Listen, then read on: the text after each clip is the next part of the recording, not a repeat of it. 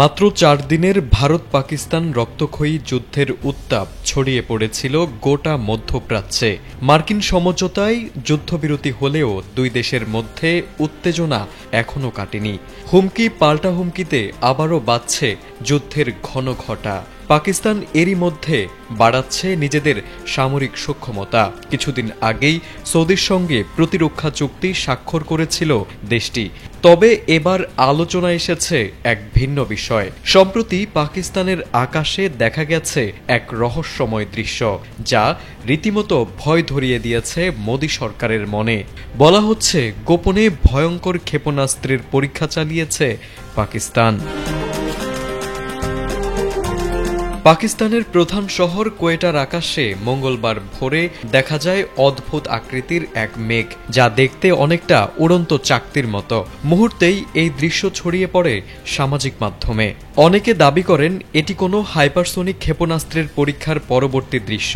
কেউ কেউ আবার বলেন পাকিস্তান হয়তো নতুন প্রজন্মের প্রতিরক্ষা প্রযুক্তি পরীক্ষা চালিয়েছে, যা ভারতের সামরিক গোয়েন্দা সংস্থাগুলোকেও হতবাক করে দিয়েছে। তবে এ বিষয়ে প্রশ্ন করা হলে পাকিস্তানের প্রতিরক্ষা মন্ত্রী খাজা আসিফ সরাসরি কোনো উত্তর দেননি। বেসরকারি একটি টেলিভিশন চ্যানেলের অনুষ্ঠানে তাকে জিজ্ঞাসা করা হয় পাকিস্তান কি সত্যি হাইপারসোনিক ক্ষেপণাস্ত্রের পরীক্ষা চালিয়েছে। উত্তরে তিনি কৌতূহল জাগিয়ে বলেন, এসব প্রশ্ন জনসম্মুখে করা ঠিক নয়, এমন বিষয় গোপনে জানা ভালো। তার এই রহস্যময় উত্তর যেন আগুনে ঘি ঢেলেছে।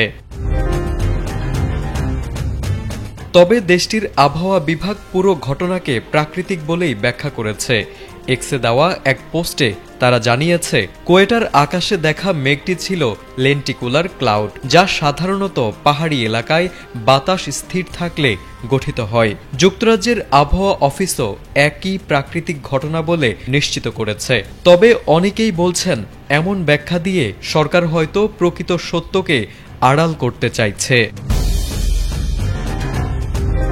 আবহাওয়া বিশেষজ্ঞদের ব্যাখ্যা বিশ্বাসযোগ্য হলেও প্রতিরক্ষা মন্ত্রী খাজা আসিফের প্রশ্ন এড়িয়ে যাওয়া আবারও জনমনে সন্দেহ তৈরি করেছে। কোয়েটার আকাশে দেখা সেই রহস্যময় মেঘের আড়ালে কি সত্যি প্রকৃতির খেলা, নাকি পাকিস্তানের গোপন সামরিক শক্তি পরীক্ষার নিঃশব্দ বার্তা? এর সঠিক উত্তর হয়তো সময়ের হাতেই। তারেক আজিজ, এটিএন বাংলা।